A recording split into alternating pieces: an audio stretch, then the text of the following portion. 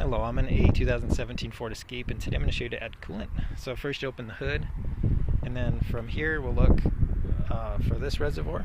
And you want to make sure the vehicle's turned off and it's cooled down, just because this liquid can get to a boil, and you don't want to work with boiling poisonous liquid, ideally, especially since the system's under pressure, so it could splash out onto you.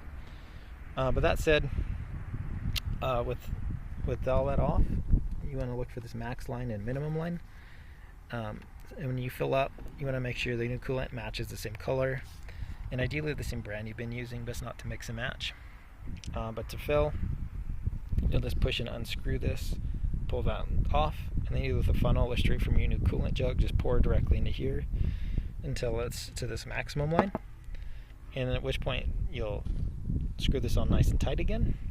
And then I would recommend looking all through the reservoir and through your lines, just to make sure there's no cracks or leaks in the system anywhere. And the same through the radiator, sometimes those can crack if they get too hot.